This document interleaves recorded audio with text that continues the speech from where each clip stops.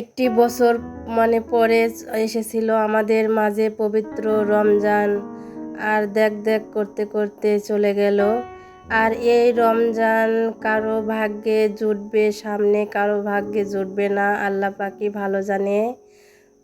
একটা বছর পরে কেউ বেঁচে থাকবে, কেউ বেঁচে থাকবে না। যাই হোক, আমরা আমাদের আশেপাশে প্রতিবেশীকে ভালোবাসবো। আল্লাহ পাক বলেছে যে আমাকে ভালোবাসার আগে আমার বান্দাদেরকে ভালোবাসো, মানুষকে ভালোবাসো। যাই হোক, আমরা নিজেদের পাশাপাশি আশেপাশে মানুষদেরও খেয়াল রাখবো, পারলে একটু সাহায্য করব, সহযোগিতা করব। আর আসসালামু আলাইকুম, আমি রাজিয়া ডেইলি ব্লগ চ্যানেল থেকে প্রতিদিনের মতো আবারও একটা ভিডিও নিয়ে আমার বন্ধুদের মাঝে হাজির হয়ে গেলাম।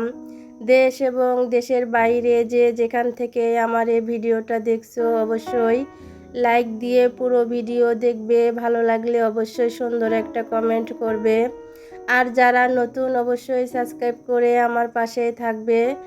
আর এই যে ভিডিওটা শুরু করলাম কিন্তু আমার এই যে ছোট্ট ব্যালকনি থেকে অনেক সুন্দর সুন্দর কিউট কিউট গাছগুলো দেখিয়ে দিলাম। আর আমার এই যে ব্যালকনিতে কিন্তু লাউ গাছ হয়েছিল।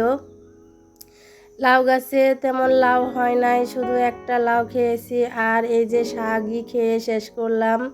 যাই হোক, লাউয়ের চাইতে কিন্তু লাউয়ের শাক খেতে অনেক মজা, যারা শাক পছন্দ করেন।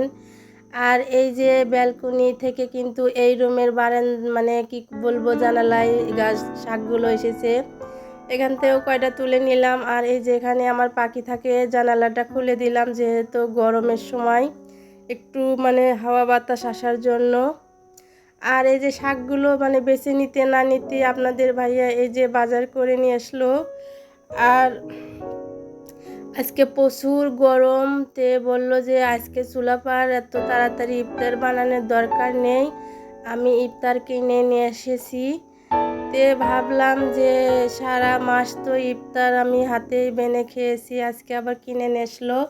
আর এইটুকু ইফতার 90 টাকা, ভাবা যায়। আর হাতে বানানো ইফতার তো হিসাব ছাড়া। আমার ছেলে তো বারবার বলছে এইটুকু ইফতার দিয়ে কি হবে, এইটুকু ইফতার দিয়ে কি হবে। লাস্টে কিন্তু ও খেতে পারে নাই, ও নষ্ট করছে।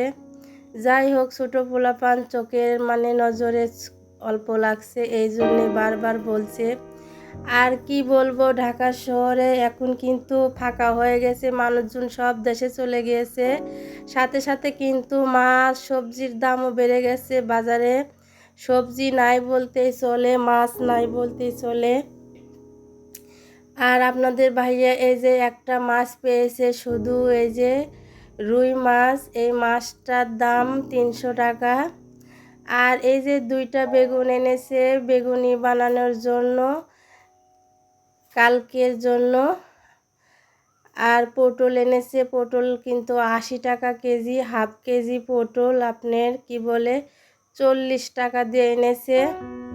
যাই হোক, খেতে তো হবে। আর এই যে মাছটার কিন্তু আঁশ ছাড়াতে আমার অনেক খারাপ লাগে। মাছের আঁশ কি বলবো, ছিটে সারা বাড়ি হয়ে যায়, গায়েও ছিটে লাগে। আর মাছটা কিন্তু আমি বিকেলের দিকে পরিষ্কার করেছি, রান্না করে খাওয়ার পরে কি বলবো, রাতে শোবার কালে দেখি আমার গলার সাথে কিন্তু একটা রাশ লেগেই আছে।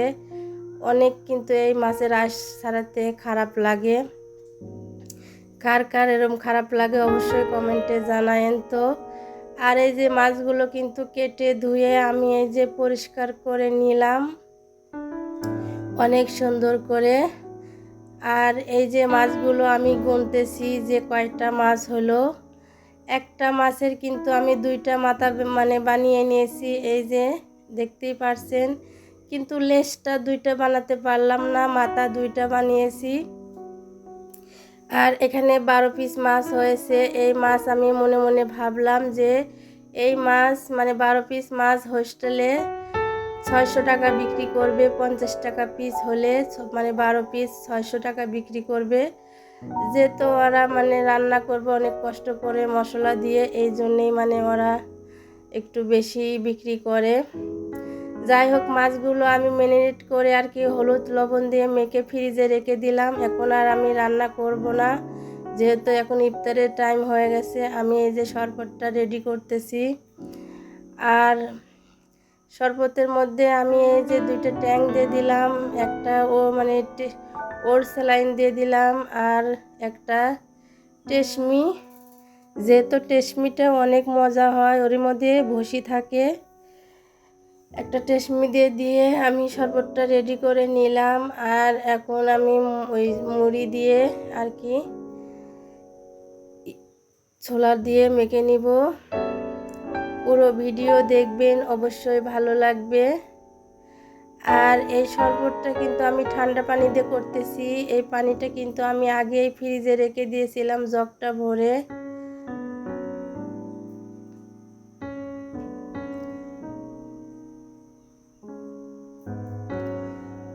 আর শরবতটা খেতে মাশাআল্লাহ অনেক মজা হয়েছিল। আর এই যে আপনাদের ভাইয়ার জন্য কিন্তু আমি র আফজা দিয়ে শরবতটা তৈরি করি, আজকে আর ওটাতে তৈরি করলাম না। আর র আফজা আমার গন্ধটা একদম বিশ্রী লাগে।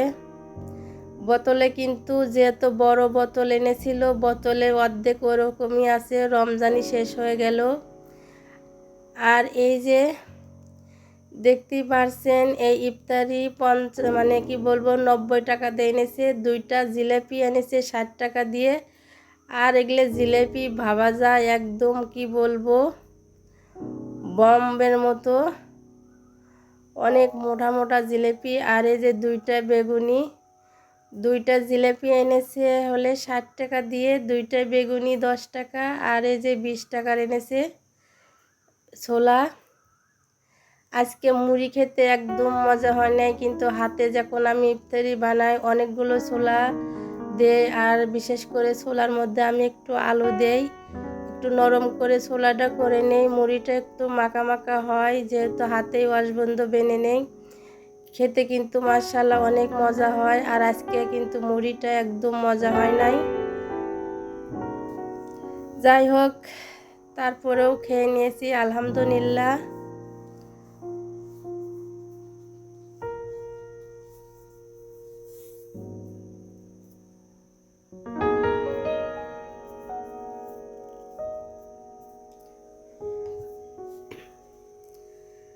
আর এই রমজানে কাউকে কিছু দিলে সেটা বলা হয় না।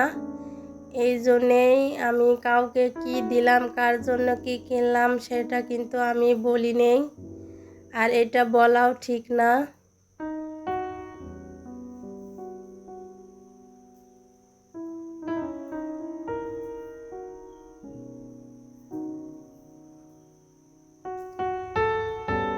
যাই হোক, ভিডিওটা আমি এখানে শেষ করে দিব।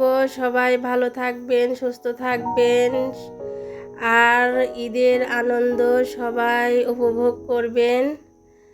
আল্লাহ হাফেজ। আমার ছেলে, আমি আর আমার মেয়ে মুড়িটা খাইতেছি। আর অর্ধেক মুড়ি কিন্তু আপনাদের ভাইয়াকে দোকানে দেওয়া হয়েছে।